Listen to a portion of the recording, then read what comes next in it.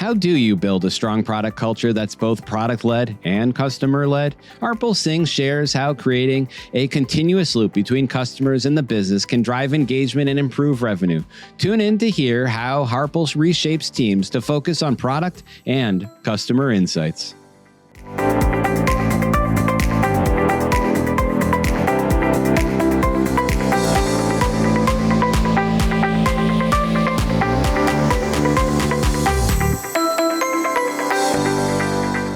Product culture is a combination of product-led plus customer-led business. Now, I think some people mistake product-led as product person-led or product managers-led, and I don't mean that at all.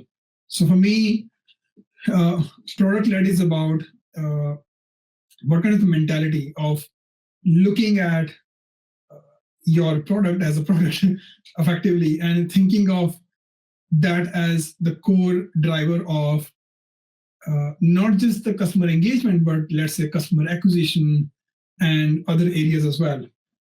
What it does is it kind of, and again, customer-led here is making sure that there is always a continuous loop between the customer and the business, that it's not just that we are kind of gathering all these insights and information from customers from all sorts of channels, but actually having processes internally to take those insights to the nth level, where even the most junior person in the company understands who the customer is, and they are able to influence their work directly or indirectly through that. So for me, culture is a combination of product-led and customer-led. I'll give one example here. So in a recent kind of B2B business, the sales and marketing team that I've been working with, they have been traditionally in their experience and these are very experienced people, CMOs and CSOs, they have been, in almost all of their previous experience, they have been the full and the sole owner of revenue. And going back to the previous point I mentioned about having a shared ownership of the revenue with the sales and marketing, it can be very, very hard for people to get their head around it. And especially in a place where their compensation, their bonuses are all tied to kind of driving that revenue. So building the product culture there, for me, is all about them understanding, as an example, product leaders and product teams, enabling them to do their job better, like enabling sales leaders in a B2B environment to understand who the right prospects and leads are, to be able to help marketing to take those leads and nurture them through the funnel, so they kind of see the value that product can bring.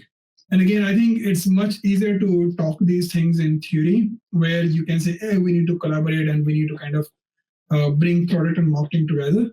It's only when you start kind of putting these things into action and it starts kind of changing the way that the marketing or sales, as an example, have traditionally kind of done their jobs over their entire career, and kind of bringing that product culture in. It's almost like a shock to many people, like, what the hell is going on? And I think in some places it can take a very long time for kind of people to understand. And I had mixed success there as well, to be fairly honest. Some things have worked very well, some things have not worked very well. And when I look at the product culture, and again, every time I have started in interim roles, almost always I will do an assessment, if you like. People refer it as product health check as well, where I will look at 3 or 4 things primarily.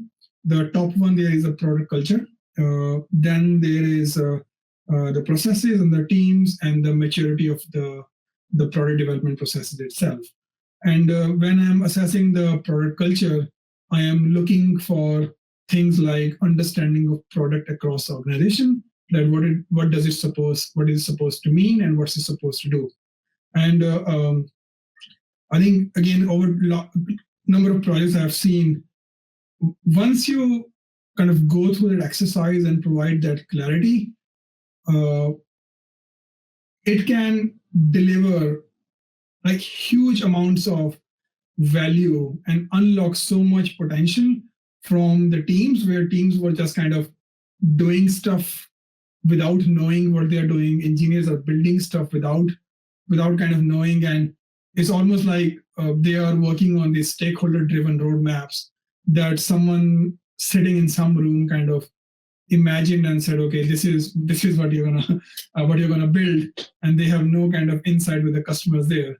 So I like to kind of see it as building the product culture as moving teams become more product led and customer led.